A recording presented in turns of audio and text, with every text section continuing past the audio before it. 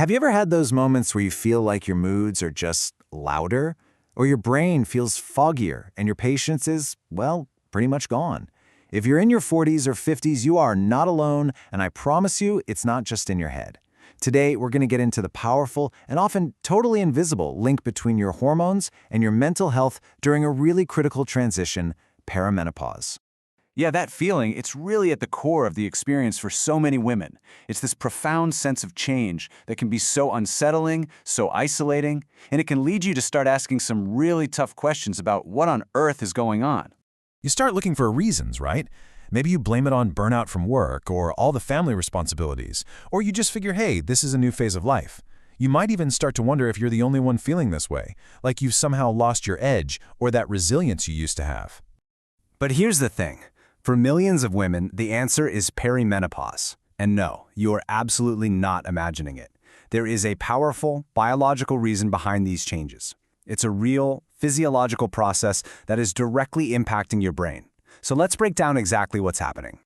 First up, we really need to understand what this new chapter actually is. Because, believe me, it is so much more than just your period ending. The key word to zero in on here is unpredictable. See, unlike the more regular cycles you might be used to, perimenopause isn't some slow, steady decline in your hormones. It's chaos. Your estrogen and progesterone can spike higher than they ever have before and then just crash dramatically. And this whole phase can last for up to a decade. And this timeline, wow, it shows that instability perfectly. Look at your reproductive years. Relatively stable, right? But perimenopause is not a gentle slope. It is a full-on hormonal roller coaster.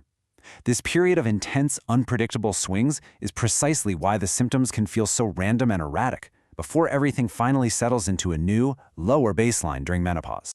Okay, so how does this hormonal chaos actually translate into feeling anxious or foggy or just off? Well, it all comes down to the direct conversation your hormones are having with your brain 24/7. We have to start thinking of hormones like estrogen and progesterone as way more than just reproductive hormones. They're also neuroactive, which is just a fancy way of saying they travel right into your brain. And once they're there, they act like master switches for all the systems that control your mood, your focus, and even your ability to handle stress. And this is exactly how that works. When your estrogen is fluctuating, it's directly disrupting the key chemicals in your brain that run the whole show. It messes with serotonin, which keeps your mood stable.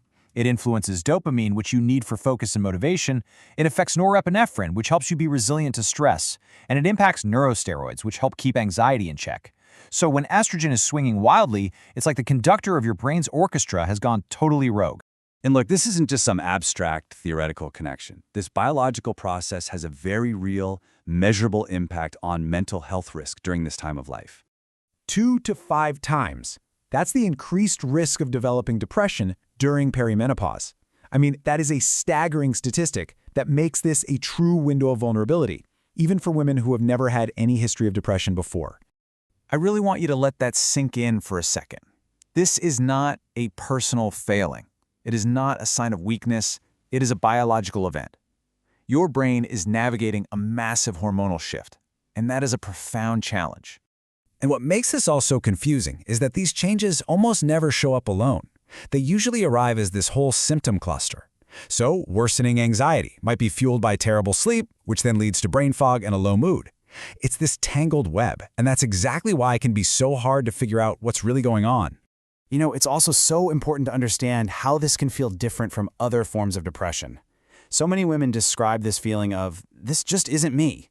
Their mood seems to change with their cycles or flare up with other physical symptoms like hot flashes. That hormone-sensitive pattern is a huge clue.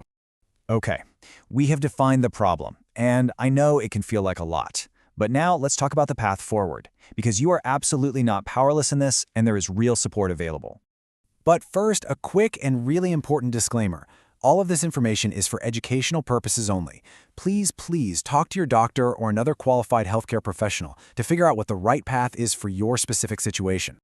The good news is that we have several really effective approaches. You can think of it in terms of these 4 pillars.